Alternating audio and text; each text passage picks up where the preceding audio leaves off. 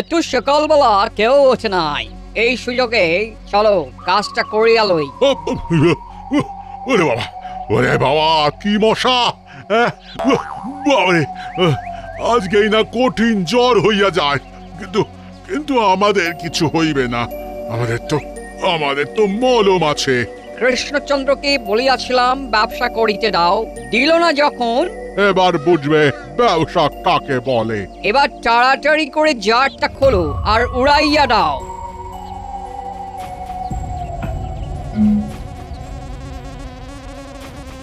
ওরে বাবা, von von করিতেছে।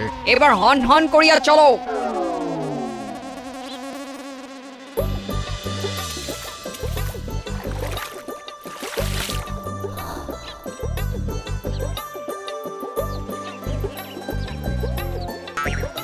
ওরে বাবা রে, কি পিঠখানা জ্বলে গেল গো গিন্নি। কেন? বলি কি ভাবে কিছু কামড়েছে নাকি? মনে হচ্ছে মশা জাতীয় কিছু। উফ, শরীরটা ভালো লাগছে না। এই সেরেছে এই মশার কামড়ি।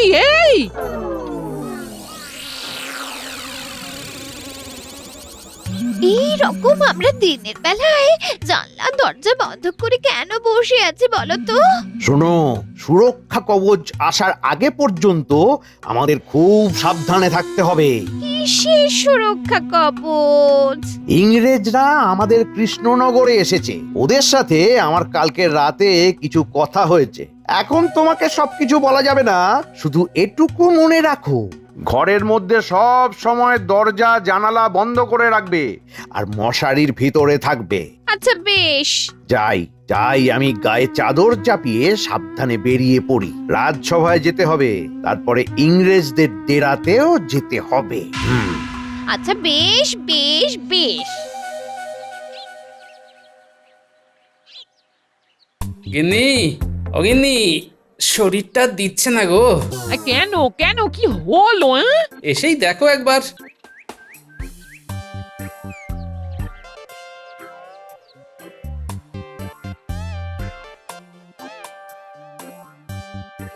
এই জ্বরে তো গা পুড়ে যাচ্ছে গো। কি বিপত্তি বলো দেখি। গোপাল, গোপাল, ও গোপাল, বলি বাড়ি আছো? আর বাড়ি, আমার তো জ্বর এসেছে গো, ধুঁকছি। জ্বর তো এসেছে আমারও, আবার তোমারও।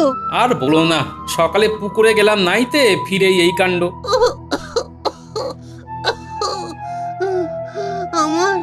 আমারও আজ সকাল থেকে হালকা হালকা জ্বর, তাই তাই এসেছিলাম বৈদ্যের ঘর। দিল সে পাচন? না, এসে শুনে তিনি গেছেন রাজবাড়ি। মহারাজের রানীমার জ্বর হয়েছে ভারী। কি, মহারাজেরও জ্বর?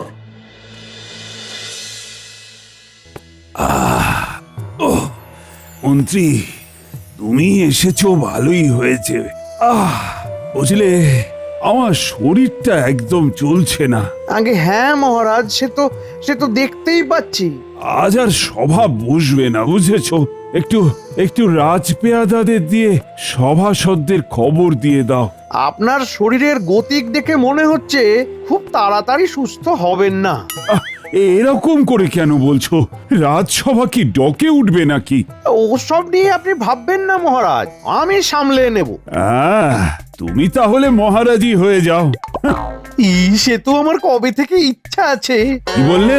এই না না না, আপনারা তো জ্বর দেখে আমি কি সব ভুলভাল বকছি। যাকগে মহারাজ, আমি আমি আমি আমি সব ব্যবস্থা করে দিচ্ছি, আপনি একদম চিন্তা করবেন না। আজকে তো সভাও হলো না, তাহলে যাই, ইংরেজ সাহেবদের ডেরায় গিয়ে একটু গা হাতটা টিপে দিয়ে আসি। আরে মন্ত্রী, তুমি এই বেলায়? কি ব্যাপার, কাম কাজ নাই নাকি? হ্যাঁ, আমাদের মহারাজেরও জ্বর। কিন্তু অতি সুসংবাদ। তা ঠিক কদিন সভায় যেতে হবে না। বুঝলে মন্ত্রী, তোমাদের মহারাজ আমাদের বিজনেস করিতে দেয় নাই, তোমার জ্বর হয় নাই। জ্বর জ্বর কেন হবে সাহেব? কারণ আমরা মশা ছড়াইয়া দিয়াছি। এই রাজ্যে মশা ছড়াইয়া দিয়াছি। তার মধ্যে বিষাক্ত মশা আছে বেশিরভাগ। ওই মশা কামড়াইলে জ্বর হইবেই হইবে। হ্যাঁ, তাহলে কি আপনাদের মশার কামড়েই মহারাজ সহ অনেকের জ্বর হয়েছে? হ্যাঁ, আমারও জ্বর হলে আমি কি করে আপনাদের সেবা করতে আসব? চিন্তা নাই, মলম আছে, সেবা করো। পাইয়া যাইবে।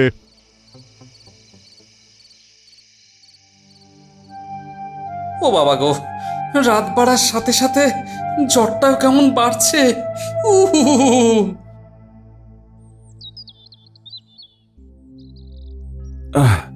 প্রথমেই আমি তোমাদের সকলের কাছে ক্ষমা চেয়ে নিচ্ছি। এ কি, এমন বলবেন না মহারাজ। না, এমন অবস্থাতেও তোমাদের ডেকে পাঠালাম। মহারাজ, আপনি তো হাঁটতেই পারতেন না, হামাগুড়ি দিয়ে সভায় যেতে হতো। তার থেকে এই ভালো এখানে সকলে এসেছে। মন্ত্রী মশাই, মুখ সামলে কথা বলুন। রাতের দিকে জ্বরটা বেশি করে আসছে, সকালের দিকে জ্বরটা একটু কমেছে বলে মহারাজের ডাকে এখানে এলাম। যাকে যাক, যে কারণে তোমাদের সকলকে ডাকা তা হলো ইংরেজদের বাড়াবাড়ি কিভাবে রোখা যায় তার জন্যই তো মহারাজ। শুনলাম খুব বাড়াবাড়ি করছে। হ্যাঁ, তা তো একটা কারণ আছেই। কিভাবে ওদের তাড়ানো যায় সেটা নিয়ে ভাবতে তো হবেই। কিন্তু কিন্তু কি মহারাজ, কৃষ্ণনগরের রাজ্যবাসীর এই বেহাল দশার কথা ভাবছেন? হ্যাঁ গোপাল, রাজ্যে তো প্রায় সবারই জ্বর। আসলে জ্বরটা খুব অদ্ভুত। রাতের দিকে কাঁপুনি দিয়ে জ্বর আসছে, আর সকালে গায়ে গুমো গুমো জ্বর। আমার নিজের বানানো কোনো ওষুধই কাজ করছে না। হ্যাঁ মহারাজ, সেটাই হলো সব থেকে চিন্তার ব্যাপার। কিন্তু দেখুন মহারাজ, আমি তো সুস্থ। হ্যাঁ, সভাসদদের ভিতরে তুমি একাই কেবল সুস্থ। মহারাজ, আমার মনে হয় এই জ্বরটা সাধারণ ওই ঠান্ডা গরমের জ্বর নয়, এর পেছনে বিশেষ কোনো কারণ আছে। তার মানে কি এই জ্বরটা কোনো কিছুর দ্বারা সংক্রমিত হয়ে এসেছে? হতেই উজির, তোমার সাথে আমার কিছু কথা ছিল। আচ্ছা বেগম সাহেবা, বলুন বলুন, কি বলবেন বলুন। আমি একটু ঘুরতে যেতে চাই। এই রে, ঘুরতে যাবেন? সে তো অনেক খরচ। কিসে প্রচুর খরচ উজির? আমার ট্যাঙ্ক থেকে কিছু যাবে না তো? আখির জাহাপানা, ক্ষমা করবেন, আপনার ট্যাঙ্কি তো হবে ফাঁকা। বসবে মোহর, কমবে টাকা। বলো কি? নবাব বাহাদুর, আমি একটু ঘুরতে যেতে চাই। আমাদের এত বড় মহল, এত সুন্দর বাগান থাকতে তুমি মিছিমিছি বাইরে কেন ঘুরতে যাবে? এইরকম করে মস্করা করবেন না, না হলে আমি কিন্তু মনের দুঃখে দুয়ারে খিল দেব। এই বলে দিলাম জনাব।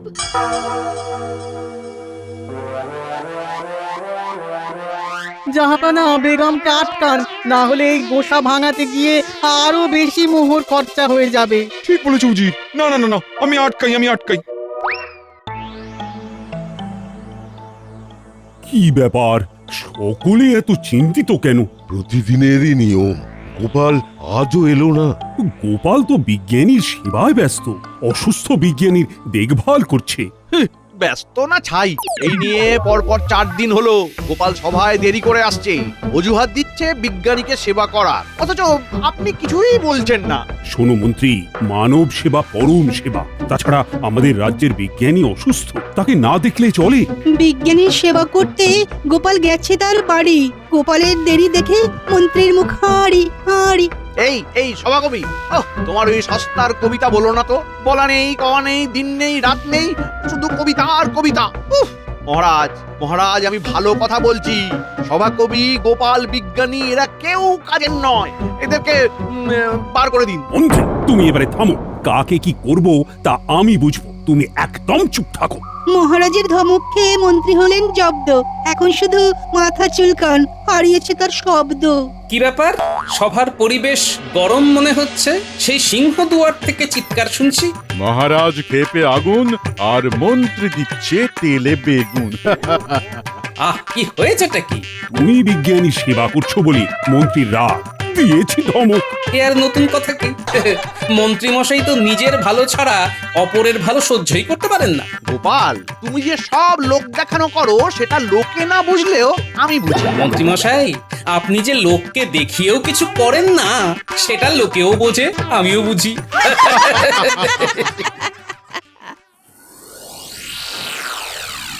এখন তাহলে বলো উজির, কোথায় যাওয়া যায়? সমুদ্র নাকি পাহাড়? আগে নবাব বাহাদুর, এমন একটা জায়গায় যেতে হবে যেখানে দুটোই আছে।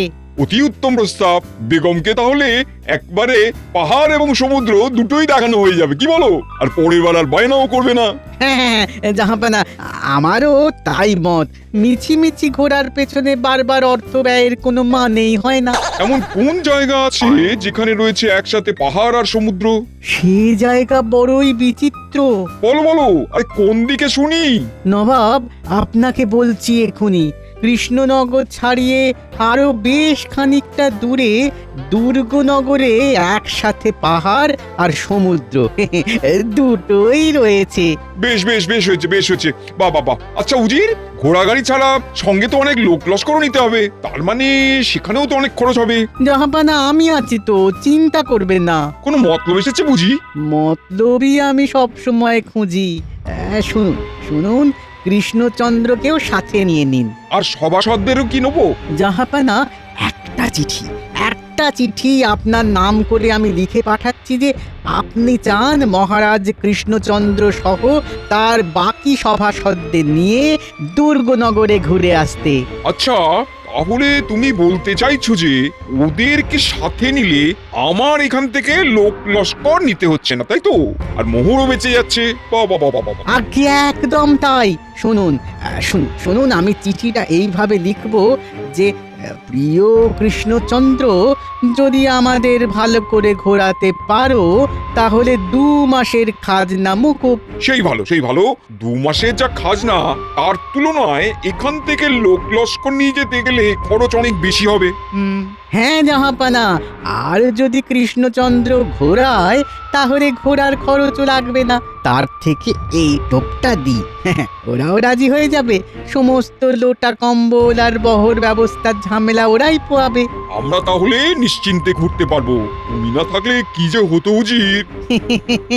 আমি না থাকলে আপনার সব মুশকিল আসানো হতো না। আমি না থাকলে এত সহজে একদম নিখুঁত পরিকল্পনা আপনি করতেও পারতেন না। আমাকে বোকা ভেবো না।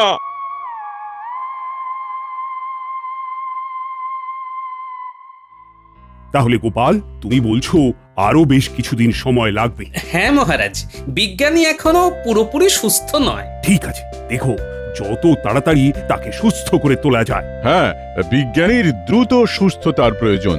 তাহলে তো নতুন যন্ত্রটাও আবিষ্কার হবে না। মহারাজ, এই নবাবের দূত একটা চিঠি দিয়ে গেল।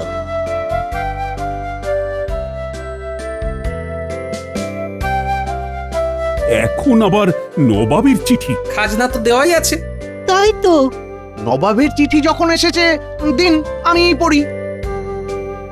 হ্যাঁ, উনি তো আবার আপনার গুরুদেব, আর ওই উজির প্রাণের দোষর। মহারাজ, এই চিঠিতে লেখা আছে যে নবাব বাহাদুর বেগম আর উজিরকে নিয়ে কৃষ্ণনগর আসবেন। তারপর এখান থেকে আপনার আতিথেয়তায় উনি দুর্গনগরে বেড়াতে যেতে চান। যদি আপনার আতিথেয়তায় ঘুরে উনি সন্তুষ্ট হন তাহলে 2 মাসের খাজনা মুকুব করে দেবেন। এ কেমন কূটনীতি? ঘাড়ে বন্দুকও রাখছেন, আবার পালাতে দেওয়ার সুযোগও দিচ্ছেন। নিশ্চয়ই ওই উজিরের বুদ্ধি। প্রতিটা রাজ্যে এমন একজন করে আছে মহারাজ। গোপাল, আমি তোমায় দেখে নেব। মাথা ঘুরে যাচ্ছে। আমাকে উদ্দেশ্য করে কথা। ঢিলটা তাহলে ঠিক জায়গায় লেগেছে। যাই হোক, আপনি আমাকে যতই দেখুন, যতই অভিশাপ দেন না কেন, আমিই থাকবো। কথায় আছে, শকুনের অভিশাপে গরু যায় না মরে। গোপালের কথা শুনে মন্ত্রীর মাথা ঘোরে। গোপাল, চিঠির জবাবে ওনাদের আসতে বলো। হ্যাঁ মহারাজ।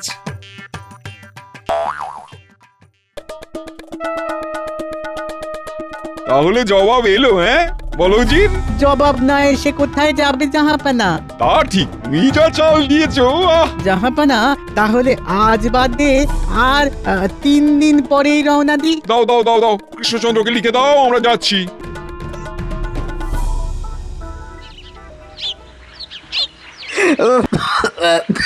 তাড়াতাড়ি সেরে ওঠো বিজ্ঞানী, তোমায় ছাড়া বেড়াতে যেতে মন চাইছে না। এরকম বলো না, কি আছে, কয়েকদিনের তো ব্যাপার।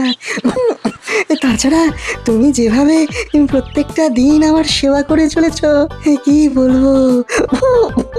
তুমি এমন করে বললে আমি আর আসবো না কিন্তু। রাগ করো না, আমি সত্যি কথাই বললাম। বাবা, তোমার গবেষণাগারে কত তরল ফুটছে গো। দেখো না, চারিদিকে সব কত তরল। কত রঙের। হ্যাঁ। আচ্ছা, এই এত রকম তরলের নাম তোমার মনে থাকে? তা তা থাকবে না কেন, কত বছর ধরে শুধু এইসবের সাথেই ঘর করছি বলো তো। আচ্ছা বলছি, এই বিকারগুলো তো সব কাচের, তাই না? হ্যাঁ তো। কাচের পাত্রে তরল ফোটাচ্ছ, কাচ ফেটে যাবে না? না না, অত সহজ না, বিজ্ঞান বড়ই অদ্ভুত। তুমি কি জানো, কাগজ তো অত্যন্ত সহজ দাহ্য বস্তু, কিন্তু কাগজের পাত্রেও তরল রেখে ফোটানো সম্ভব। বাবা, সেটা কি করে? দেখো, তুমি যদি শুধুমাত্র কাঁচকে আগুনের উপর বসিয়ে দাও, তাহলে একটু গরম হলেই কাঁচ ফেটে যাবে। কিন্তু তার মধ্যে যদি কোনো তরল পদার্থ থাকে, তাহলে সেই তরল ওই উষ্ণতা টেনে নেয়। একই ব্যাপার কাগজের ক্ষেত্রেও প্রযোজ্য। হ্যাঁ। এটা তো আমি জানতাম না, একদম নতুন জিনিস জানলাম। হ্যাঁ, এটাই পদার্থ বিজ্ঞানের মজা। কঠিন চেষ্টা করে তরল হতে, বায়বীয় হতে। হ্যাঁ, বুঝলাম। যাই হোক, আমি আজ উঠি, বুঝলে? তুমি সাবধানে থেকো। হ্যাঁ, আনন্দ করে ঘুরে এসো গোপাল, আমায় নিয়ে একদম ভেবো না। হ্যাঁ হ্যাঁ।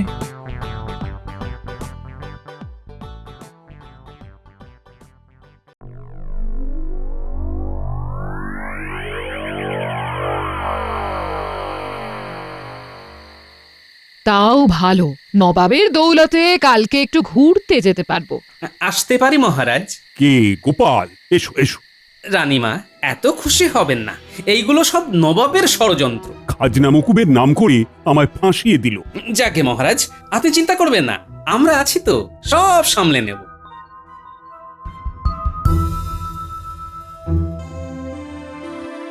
কি জাহাপানা, আপনি খুশি হয়েছেন তো? খুশি মানে আমি হাওয়ায় উঠছি। আরে আরে বাবা, পরের ঘাড় ভেঙে নিজের স্বাদ পেটাতে কি যে আনন্দ হয়, তা কি বলবো জি রে। আমাদের শুধু কৃষ্ণনগর পর্যন্ত যেতে হবে, তারপরে তো আমরা ঝাড়া হাত পা। এখন তোমাদের বেগম সাহেবা খুশি হলেই হলো। উনি খুব খুশি হবেন। হ্যাঁ, এই কথাটা আপনি মিলিয়ে নেবেন। আহা আহা, কি আনন্দ, কি আনন্দ। বিনা খরচে ঘোরা। ও গিন্নি, তোমায় নিয়ে যেতে পারলাম না গো। সে ঠিক আছে, তোমার ঘোড়া মানে তো আমার ঘোড়া। তুমি না হয় আমাকে অন্য সময় ঘোরাবে। না, তাও মনটা খারাপ লাগছে। যদি তাই হয়, তাহলে বরং আমার জন্য এক জোড়া নতুন দুল বানিয়ে দিও। তোমারও দেখবে, তাহলে মনটা ঠিক হয়ে যাবে। এই রে, এই অভিনয়ের ভুলটা না করলে দুলের বায়না আসতো না। এখন কি করি, কি করি, কি করি? কি গো, চুপ করে গেলে যে? ঘুম পাচ্ছে। দুলের কথা শুনে ঘুম পেয়ে গেল? এই যে একটু আগে আমার জন্য দুঃখ পাচ্ছিলে। হ্যাঁ, দুল দুল তুমি পেয়ে যাবে গিন্নি। সে আমি জানি। ছ্যাকড়ার সদ্য বানানো দুল না পেলেও তুমি কায়দা করে নিশ্চয়ই কারো দুল নিয়ে আসবে। গিন্নি, তুমি না। তোমার গুণের প্রশংসাই তো করলাম মশাই। তুমি এত ভেবো না তো, আমি সব করে নেব। এই শুয়ে পড়ো এখন। হ্যাঁ, ঘুম আসছে না কিছুতেই গো। আমি জানি কেন আসছে না। হ্যাঁ, তুমি আসলে চিন্তা করছো কালকের ব্যাপারটা নিয়ে। আর হবে নাই বা কেন? হ্যাঁ, একে মন্ত্রী নিয়ে পারো না, তার উপরে উজি দোষর। হ্যাঁ, না গো, শুধু চিন্তা নয়, মনটাও খারাপ। ওমা কেন? এই বেড়াতে যাচ্ছ, কেউ মন খারাপ করে নাকি? কত বছর বাদে তোমাকে একা রেখে কাল আমি যাচ্ছি বলো। ওমা, আমি একা কই? হ্যাঁ, আহা, তুমি কি ভুলে গেলে নাকি তোমার নাতি নাতনি গুলো আছে? ওরাই তো আমার ভরসা গো। ওদিকে বিজ্ঞানীও যেতে পারছে না। বলি হ্যাঁ গো, এত মন খারাপ করো না। এ কি করবে, সময় তো সব সময় সাথ দেবে না গো। বলি যেমন পরিস্থিতি হবে তেমন ভাবে মানিয়ে নিতে হবে। হ্যাঁ, সে আমার 7 জন্মের তপস্যার ফল। না হলে তোমার মতো এমন সমজদার বউ পাওয়া ভাগ্যের ব্যাপার গো। তোমার বউ তোমার সাথে পায়ে পা লাগিয়ে যেমন ঝগড়া করে, তেমন সব পরিস্থিতি বুঝতেও পারে। হ্যাঁ, সবই ভালোবাসা গিন্নি।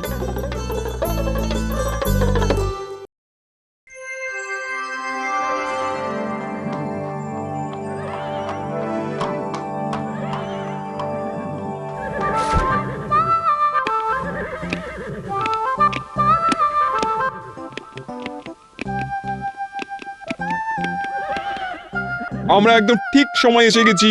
আমরা ঠিক সময়েই ঠিক কাজ করি হুজুর। নবাব বাহাদুর, আর তোর সইছে না নবাব বাহাদুর। কেন কেন, খিদে পেয়েছে নাকি? না, কখন রওনা দেব? ঠিকই তো, বেগম সাহেবা সেই কখন বেরিয়েছেন। মন্ত্রীমশাই, আপনারও যদি খুব তাড়া থাকে তাহলে আপনি বরং কোচোয়ান হয়ে যান। হ্যাঁ, এতটা পথ যাওয়ার বন্দোবস্ত করা তো চারটিখানি কথা নয়। নবাব, এখানে সবই দেরিতে, আমার ভালো লাগছে না। মহারাজ, এখানে এমন অব্যবস্থা কেন? আমি কিন্তু সন্তুষ্ট না হলে 2 মাসের খাজনা মুকুব তো করবই না, উল্টে 4 মাস বাড়িয়ে দেবো। সে আপনি এমনি করবেন না, আমি জানি। বেগম সাহেবা, খুব শিগগিরই রওনা দেব। তার আগে একটু জল খাবার খেয়ে নিন। বুঝলেন নবাব, আমার এই গোপাল না থাকলে এত তাড়াতাড়ি সব বন্দোবস্ত হতোই না। চলুন চলুন জাহাপানা, চলুন বেগম সাহেবা, চলুন। হ্যাঁ হ্যাঁ হ্যাঁ, জল খাবার পর্ব মিটলেই আমরা রওনা দেব।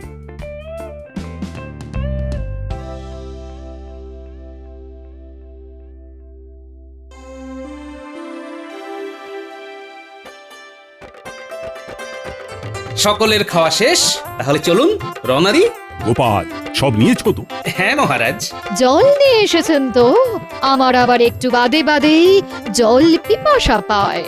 চিন্তা নেই, এক বড় মাটির জ্বালায় জল আছে, আপনি চাইলে সারাদিন জল খেয়ে কাটাতে পারেন। তাহলে চলুন রওনা দিই। হ্যাঁ হ্যাঁ হ্যাঁ, চলুন চলুন জাহাপানা, চলুন।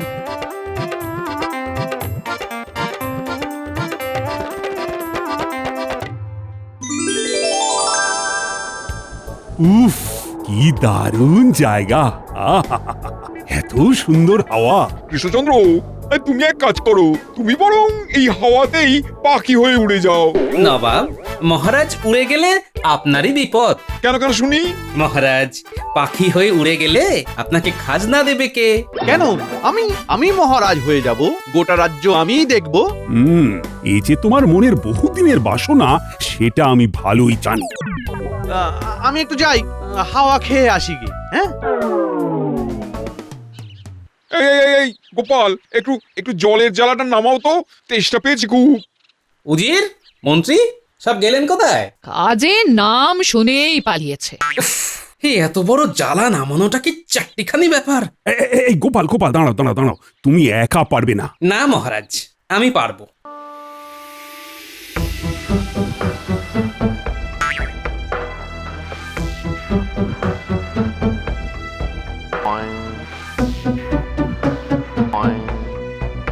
ইয়া!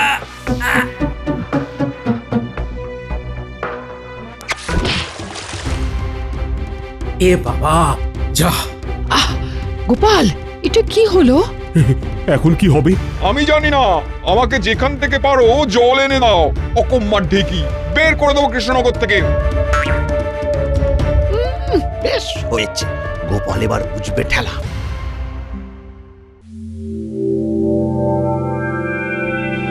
নবাব বাহাদুর, বলছি আমি একটু ওই দিকের গোলাপ বাগানের দিকে যেতে চাই।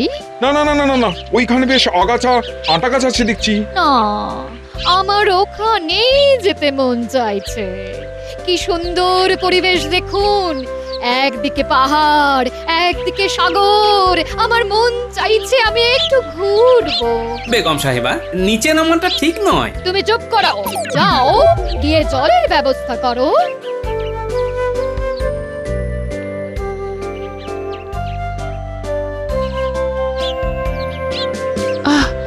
বাবা, গোলাপগুলো দেখুন। খুব সাবধান, এখানে কিন্তু অনেক কাঁটা গাছও আছে, সাবধান। আরে বাবা, শোভাটা উপভোগ করুন।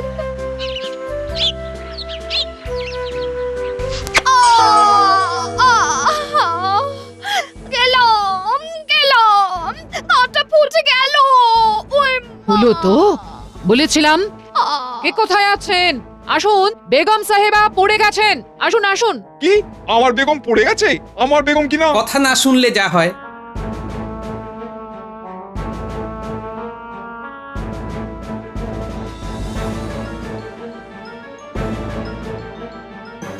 দেখুন, এ ক্ষত বেশ গভীর, এক্ষুনি গরম জল লাগবে। কুসুম উষ্ণ হলেও হবে, আমি একটা ঔষধ লাগিয়ে দেব, না হলে ওনার পা পচে যাবে। খুব বিষাক্ত কিছু কি কামড়েছে? হ্যাঁ, ওই বিষাক্ত একটা কাঁটা ফুটেছে। হায় হায় হায় হায় হায়, এখন কি যে করি? আগুন না হয় পাথর ঘষে জ্বালিয়ে দেব। আমার ঝোলায় চকমকি পাথর আছে, কখন কি কাজে লাগে তাই রেখে দিই আর কি। কিন্তু জল গরম হবে কি করে? একটা যাও জলের জ্বালা ছিল, সেটাও গেল ভেঙে। আমি জানি না কিছু। রাজা কৃষ্ণচন্দ্র, তুমি যে করে হোক জল ফোটাবার পাত্রের ব্যবস্থা করো, না হলে গর্দান নেবো। কি ব্যথা! আর পারছি না নবাব, পারছি না। গোপাল, আরে কিছু একটা করো। গোপাল বড্ড ভুল করেছে, কয়েকটা অতিরিক্ত পাত্র আনা উচিত ছিল গোপালের। রানীমা, এমন হবে তো বুঝিনি। এই গোপাল যত নষ্টের গোড়া, ওর জন্যই সব হলো। মন্ত্রীমশাই কাগজের ঠোঙায় বাদাম খাচ্ছেন। বিজ্ঞানী বলেছিল কাগজেও জল বা তরল ফোটানো যেতে পারে।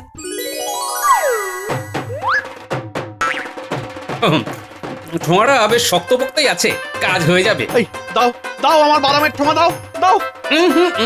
এখন এটা পাবেন না, কাছাকাছি অনেক কাঠের টুকরো আছে। যাই, আগে আগুন ধরাই, তারপর চট করে ঠোঙায় জল ভরে আনি।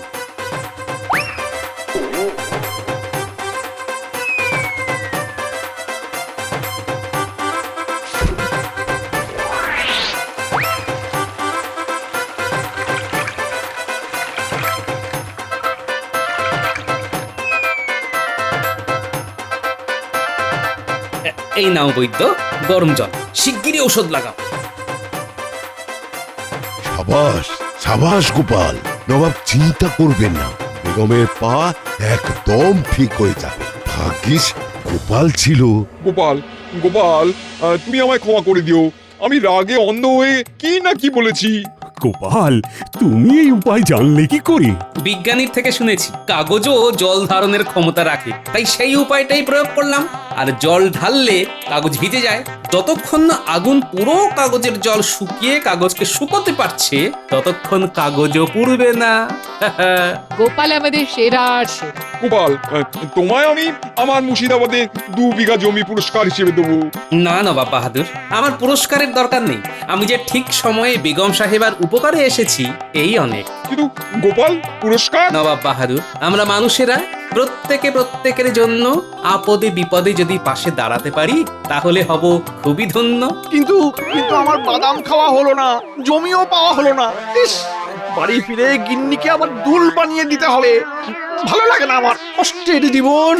দূর দূর দূর দূর, অসহ্য।